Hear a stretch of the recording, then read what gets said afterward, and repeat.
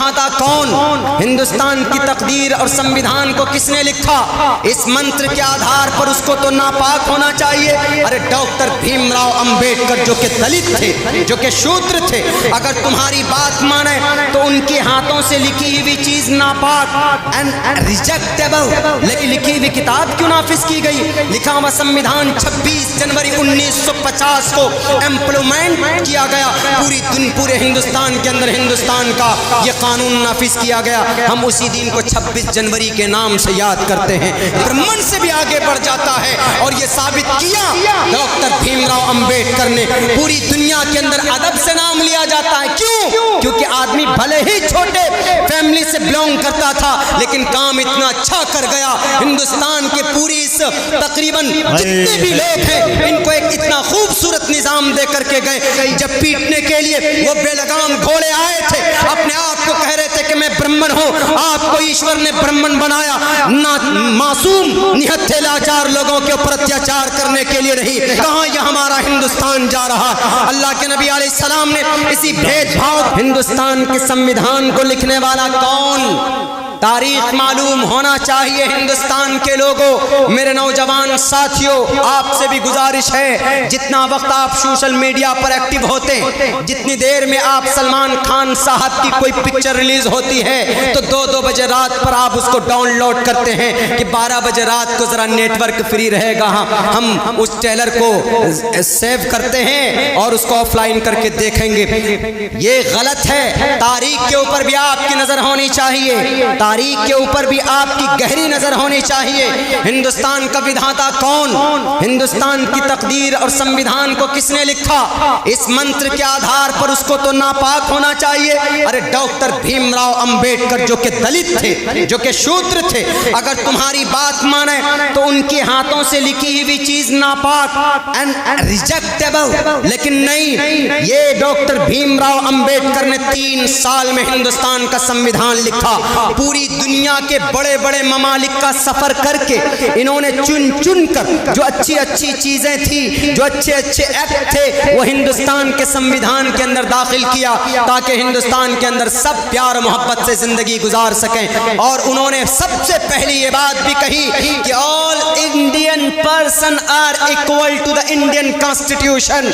हिंदुस्तान की नजर में कोई बड़ा छोटा नहीं है, हिंदुस्तान की नजर में कोई पाक और पवित्र और अपवित्र नहीं है, बल्कि बराबर है। अगर इन लोगों की मानो, इन बहरूपियों की मानो, तो वो तो दलित थे, वो तो शूद्र थे, उनके भाई लिखी हुई किताब क्यों नाफिज की गई? लिखा हुआ संविधान 26 जनवरी 1950 को इम्प्लीमेंट किया गया, पूरे हिंदुस्तान के अंदर हिंदुस्तान का ये कानून नाफिज किया गया। हम उसी दिन को 26 जनवरी के नाम से याद करते हैं, रिपब्लिक डे के दिन से हम उसको याद करते हैं। 15 अगस्त 1947 में हमारा मुल्क आजाद हुआ था। 3 साल के बाद ये कानून लिखा गया। लिखने वाला कौन? सदर डॉक्टर भीमराव अंबेडकर। वो एक चमार थे। आज इन गुरुओं की मानो, इन शराबी और कबाबी फासिक और फज्जार दज्जाल के बेटों की मानो तो डॉक्टर भीमराव तो नापाक थे, लेकिन नहीं, ईश्वर के मुताबिक कहा गया कि अगर कोई निचले तबके का आदमी भी हो, लेकिन वो अगर काम अच्छा करता है तो उसको बड़ा दर्जा ब्राह्मण से भी आगे बढ़ जाता है। और ये साबित किया डॉक्टर भीमराव अंबेडकर ने। पूरी दुनिया के अंदर अदब से नाम लिया जाता है, क्यों? क्योंकि आदमी भले ही छोटे फैमिली से बिलोंग करता था, लेकिन काम इतना अच्छा कर गया। हिंदुस्तान के पूरी इस तकरीबन जितने भी लोग हैं, इनको एक इतना खूबसूरत निजाम दे करके गए। पूरी दुनिया के अंदर इनका रेस्पेक्ट और इनकी इज्जत की जाती है। और आज के डेट में जो अपने आप को कहते हैं कि आई एम अ ब्राह्मण, I am a God, I am a son of ब्राह्मण जी, हम ब्राह्मण जी के सर से पैदा हुए। हमारे हिंदुस्तान के हिंदू भाइयों, आप ब्राह्मण खानदान में पैदा हुए हैं। मैं दिल की गहराई से आपकी रिस्पेक्ट, आपकी इज्जत करता हूँ। लेकिन अगर आपने या किसी ने भी, या अगर मुसलमानों में भी अगर कोई सैयद है या कोई चौधरी है, तो अपनी चौधराहट को किसी के ऊपर जुल्म करने के लिए इस्तेमाल करने के अल्लाह ने नहीं दिया।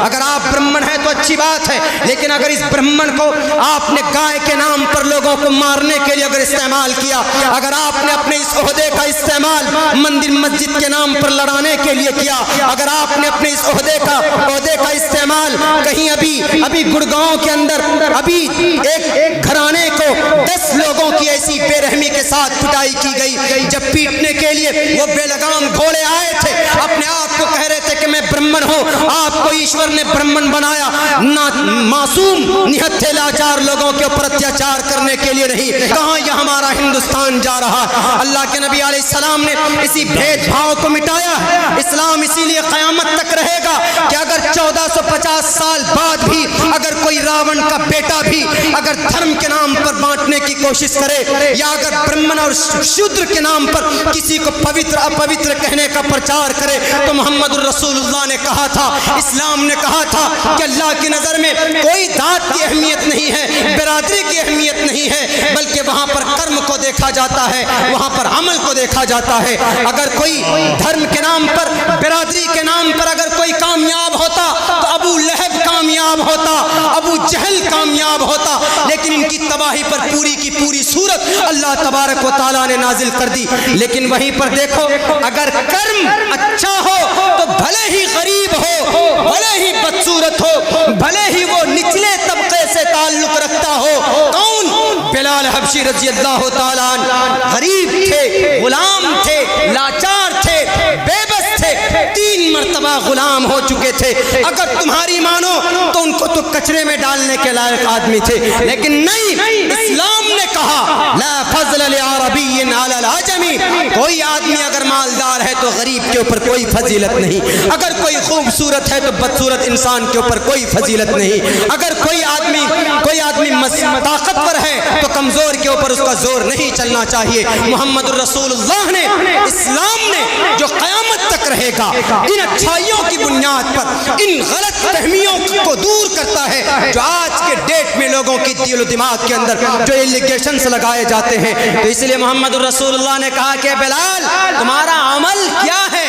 ارے بتاؤ تو صحیح، تم چلتے ہو مکہ کی گلیوں میں، تیری چلنے کی آہٹ سنائی دیتی ہے جنت الفردوس میں۔